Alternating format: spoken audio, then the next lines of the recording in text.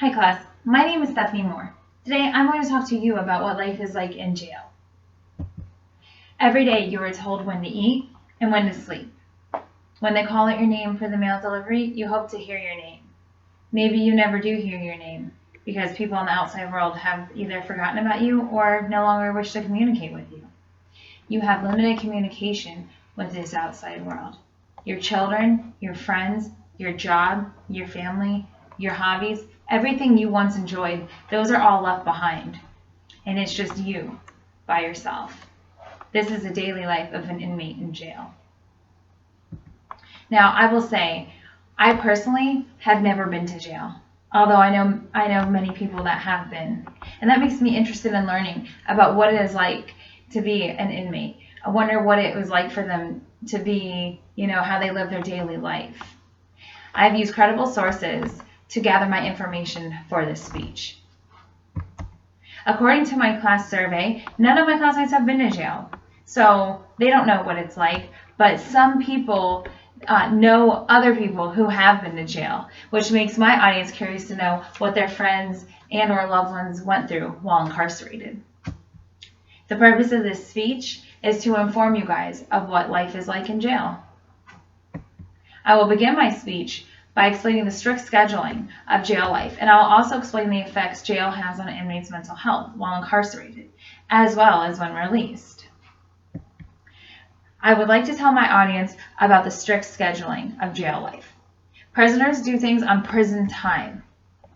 According to the North Carolina Department of Public Safety website, in an article titled 24 Hours in Prison, everything is done on a strict schedule.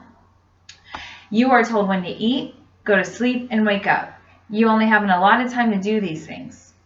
If you do not finish these things in the time given, you will go hungry until the next scheduled feeding time. You will go tired until the next time you're allowed to sleep. So prisoners have to get used to doing things on the time that's given because there isn't another chance to do it.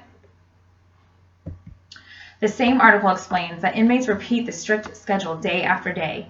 It gets very old and very mundane, which I can only imagine. I now would like to explain the effects of being incarcerated on one's mental health. There are many things that go on behind prison doors that can permanently affect the inmate's mental health.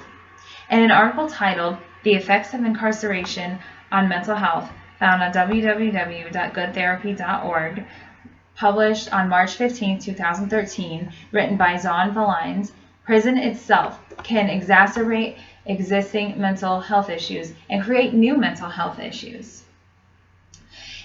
Among those who have never experienced them before, it can really just create new issues due to all the traumatic things that go on.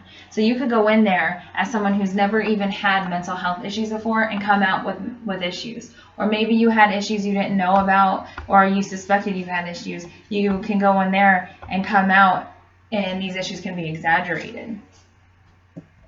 This article explains that while prisons are required to provide basic mental care for inmates, the quality of care varies.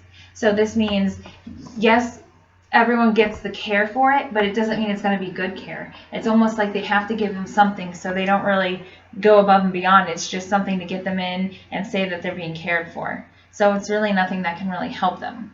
And conditions such as post-traumatic stress disorder, anxiety, and depression often go untreated. Mental health issues in prison can often stay with the prisoner after their release.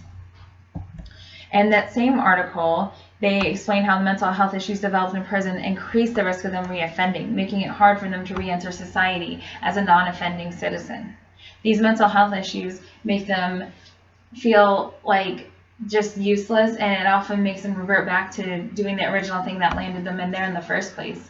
And sometimes people do things because they're not thinking clearly, and that's part of what the whole mental health issue thing is.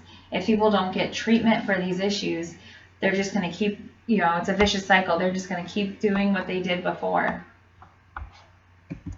These issues just make it actually 70% more likely for them to reoffend. My conclusion is that I hope after hearing my speech, my audience now has a better understanding of what life in jail is like. It's a lot that we don't know. It'd be one of those things you probably have to experience to really know what it's like. I just know I would never want to be there, and I know none of you would want to be there either. Today, I have told you about the strict scheduling inmates are forced to follow, as well as mental health issues involved in jail. My research shows that jail is not a good place to end up. It's easier to stay on the right side of the law and to ensure that we don't end up there.